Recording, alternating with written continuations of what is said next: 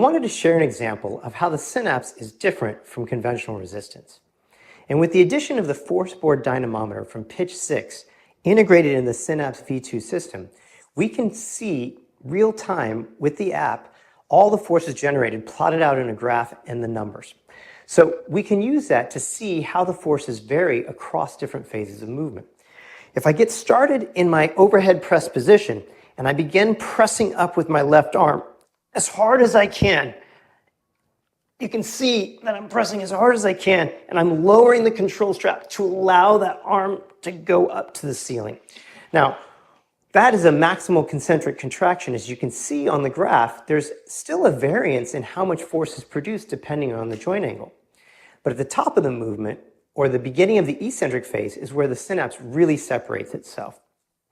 So as I begin that movement, with a traditional resistance of any kind, I would have to relax my arm to some degree to bring the hand back down to its original position. However, with the Synapse, my intent is to continue driving up to the ceiling as hard as I can. And when I do that, I create a lot of force and I use the control strap to draw my left hand down. And as you can see, my arm is coming down despite my efforts to drive it up to the ceiling. And that's called supramaximal eccentric loading. You can see that the forces generated there are far greater than in the concentric phase.